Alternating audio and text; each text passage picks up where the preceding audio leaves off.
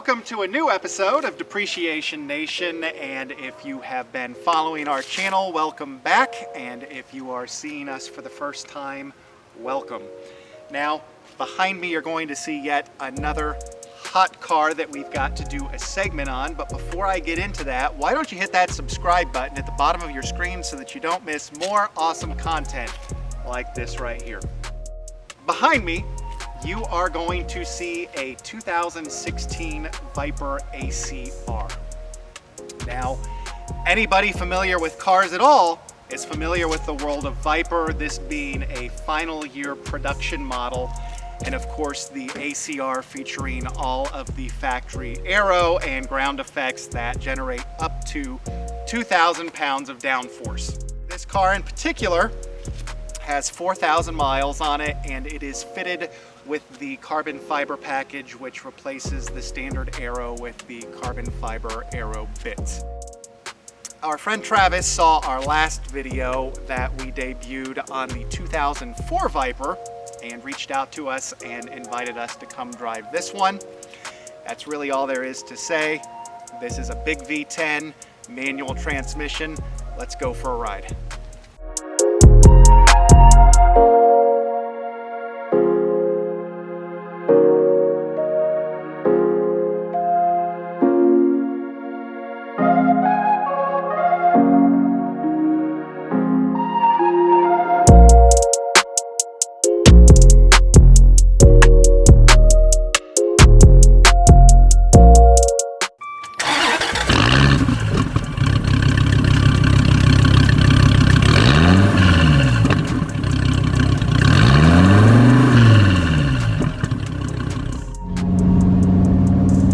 So this is the Viper ACR, and first impressions are that it is much better than the previous Vipers that I have sampled.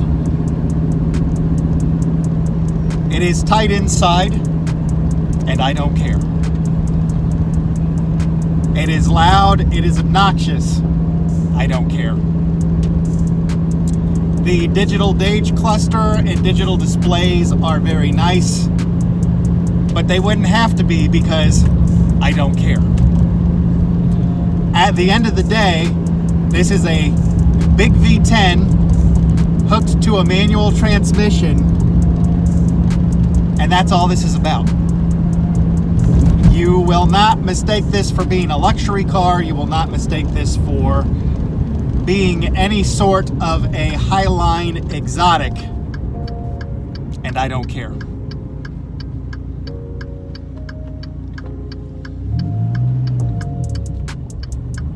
This is one of those moments where less is more.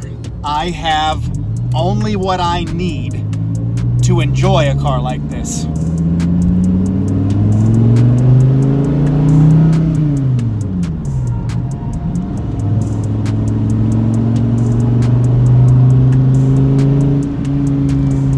And this is fantastic. If you want to talk about analog and you want to talk about raw and you want to talk about a pure driving experience, this is it right here.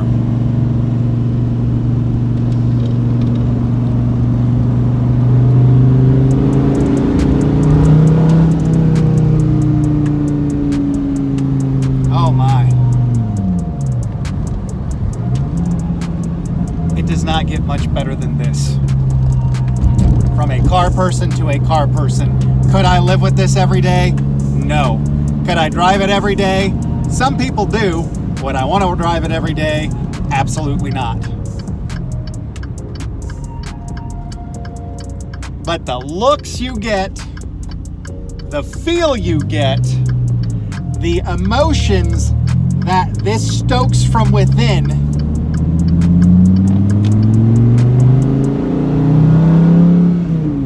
aren't like anything you can get anywhere else.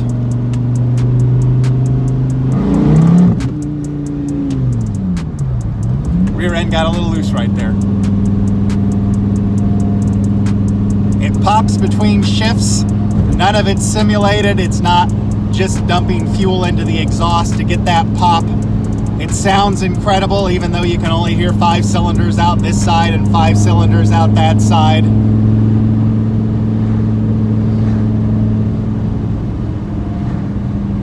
The beauty is in the simplicity.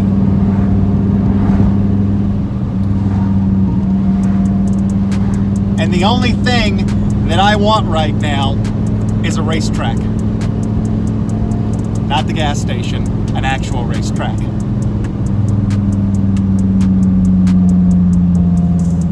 Listen to those downshifts.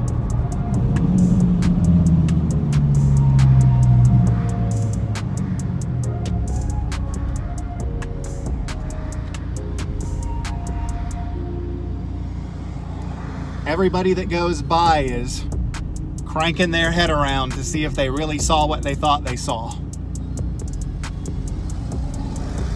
Like that guy right there that just went past.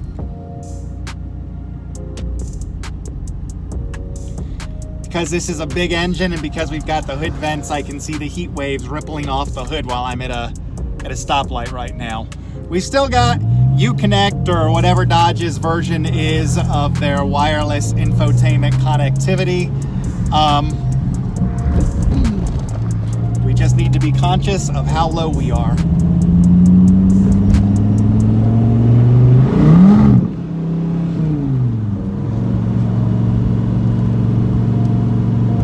And I'd go fast, but I don't seem to be able to because every time I try, it just spins the wheels.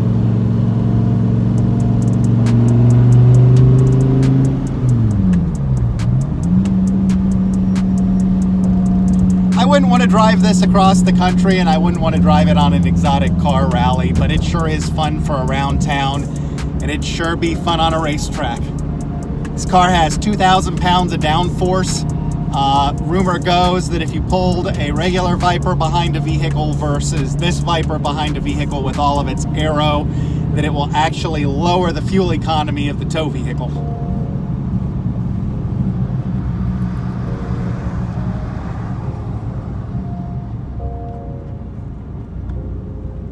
The shifts are crisp, the shifter feels good, the shifter is short. We have air conditioning. I am told that it works much, much better now than it did on the second gen Vipers.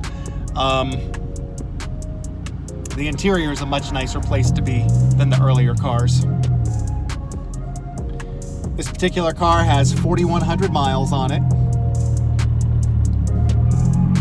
And really is just spectacular to drive. Absolutely spectacular to drive. And so that is the 2016 Viper ACR. Now, our channel primarily focuses on depreciated rides, and the ACRs aren't really in a depreciated state. If anything, the value has reversed on them and they have actually appreciated somewhat, particularly with the market being as volatile and as hot as it is right now. Having said that, Travis bought this car and he made an excellent investment. It is most certainly worth much more than he paid not that long ago.